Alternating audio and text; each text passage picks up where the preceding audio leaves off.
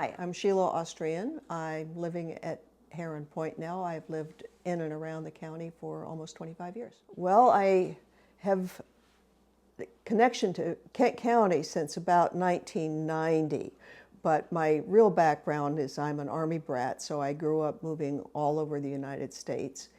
And when I was in high school, I got the lovely privilege of moving for my senior year from Georgia to Cairo, Egypt. And I went from a huge high school to one where my graduating class was 13.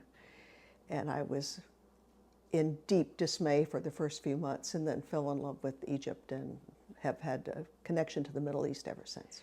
I met my husband in Egypt. He was coaching the Egyptian junior track team on a summer exchange program, and I was at that point a freshman, finished my freshman year in college, getting ready to go back to the United States.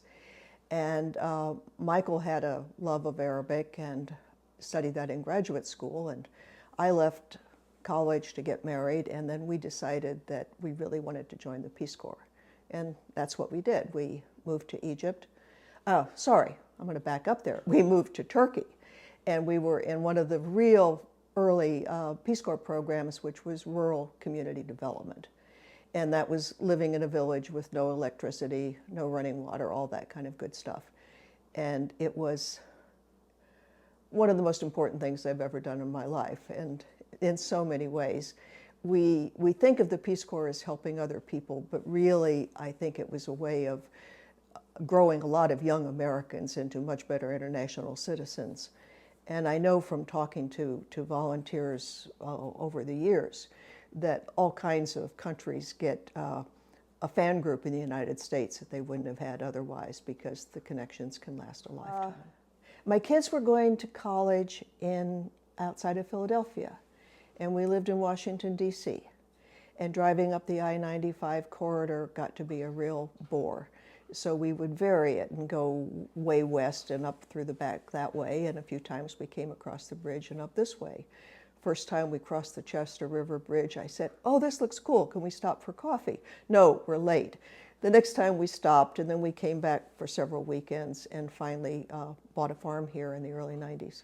But when you live in a town as small as Chestertown, you get involved in community activities, not even thinking that it's political, and mostly it's not. It's generally pretty nonpartisan, no matter what the election is, whether it's to town council or, the library board or something.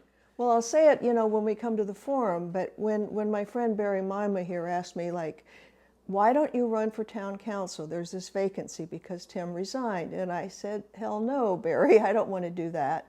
And she said, "Why not?" And I really couldn't think of any good, compelling reason to say no. That if you think good government begins with local issues and local responsibilities, then why not? You look around. And I said, okay, I'll do it. I think we all know that Chestertown is just a super wonderful small town and a great place to live. And its population has hardly changed in hundreds of years. It's been about 5,000 people since the 1700s, I think, in the county too. But the demographics have changed a lot. And if we're going to keep it a really wonderful place to live, we need to think about the education system, affordable housing, the kinds of job opportunities that would allow people that grew up here to stay here, or middle-class people to move in. And that's not something that the town council really has much control over, but it's something that all of us have to be thinking about as we make decisions.